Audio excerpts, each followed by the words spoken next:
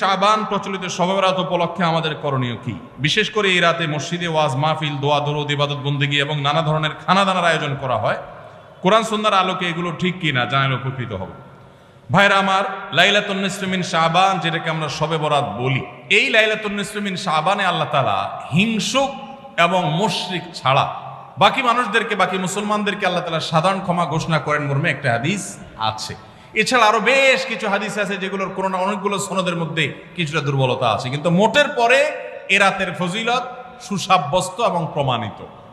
কিন্তু এর মানে এই নয় যে এই রাতকে কেন্দ্র করে আমরা যা করি আমাদের দেশে তার সব সঠিক।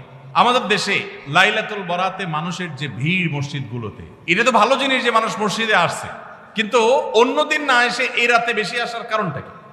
লাইলাতুল কদর বেশি ফজিলতপূর্ণ নাকি এই রাত বেশি ফজিলতপূর্ণ? লাইলাতুল কদরের সাথে কোনো তুলনা চলবে? সেই রাতে মানুষ কি এত বেশি ইবাদতের চেষ্টা করে? তাহলে এই রাতে এত বেশি চেষ্টার রহস্যটা কোথায়? রহস্য হলো আমাদের দেশে মানুষ মনে করে যে এই রাতে ভাগ্য ঠিক হয়, অতএব সারা বছর যাই করি না করি এই একটা রাত মসজিদে গিয়া আল্লাহ বিল্লাহ করে যদি সারা বছরের ভাগ্যটা ঠিকঠাক করা যায়, এরপর আর মসজিদে যায় কেনা। এই চালাকি করলে কি ভাগ্য ঠিক হয়ে যাবে? ভাইরা আমার, লাইলাতুন নিসফি মিন শাবানকে কেন্দ্র করে বহুবিধ বিদআত, বহুবিধ বাড়াবাড়ি, বহুবিধ কুসংস্কার আমাদের সমাজে আছে।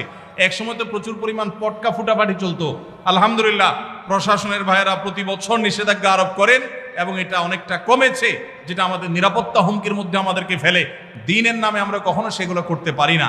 অনেক মসজিদে আলোকসজ্জা করা হয়। আলোকসজ্জা তো আপনি এমনিই করেন সারা বছর, কিন্তু এই রাতকে কেন্দ্র করে আলাদা করে আলোকসজ্জা করা, এই রাতকে কেন্দ্র করে ওই যে হালুয়া রুটি খাওয়ার একটা ব্যাপার এখনো আমাদের দেশে কোথাও কোথাও আছে।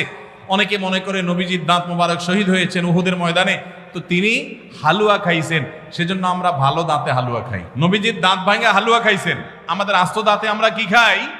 হালুয়া খাই।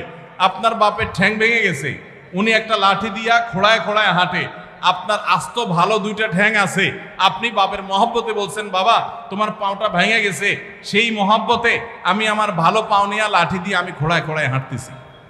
কি বলেন? বাপ খুশি হবে? খুশি হবে? বলবে এটা তো বেয়াদবি, তামাশা করতেছ আমার সাথে, আমার ভেঙাইতেছ। নবীজি সাল্লাল্লাহু আলাইহি সাল্লাম দাঁত মোবারক শহীদ হয়েছে বাতিলের বিরুদ্ধে জিহাদ করতে গিয়ে। আপনি বাতিলের সাথে আঁতাত করবেন আর হালুয়া খায়া নবীজির সুন্নাত আদায় করবেন, এর চেয়ে বড় হাস্যকর জিনিস আর হতে পারে না।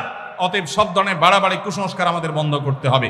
এমনকি এই রাত উপলক্ষে মসজিদে দোয়া দরুদের জন্য সমবেত হওয়া, এ রাতে মানুষকে ডাকাডাকি করে একেবারে এই রাতের ফজিলতের জন্য মসজিদে সবাই একত্র হওয়াকে যারা জরুরি মনে করেন, তারাও ভুলের মধ্যে আছেন।